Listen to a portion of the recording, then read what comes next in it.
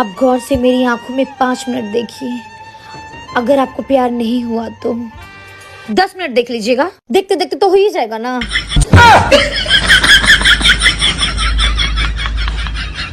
क्या बात है दोस्तों, तो कुछ हुआ आप लोगों को अंजलि की आंखों में देख करके। तो स्वागत है आपका आपके अपने चैनल फन विद स्टार पर, जहां पर आप लोग देख रहे हो अंजलि की इस कॉमेडी वीडियो को।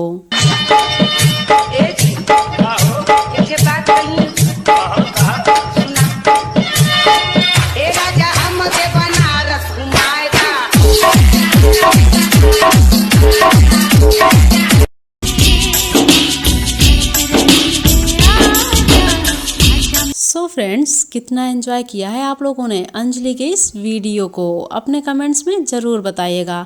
और इसी के साथ अगर आप लोग इसी तरह की और भी वीडियोस देखना चाहते हैं तो कमेंट कीजिए। Thanks for watching this video.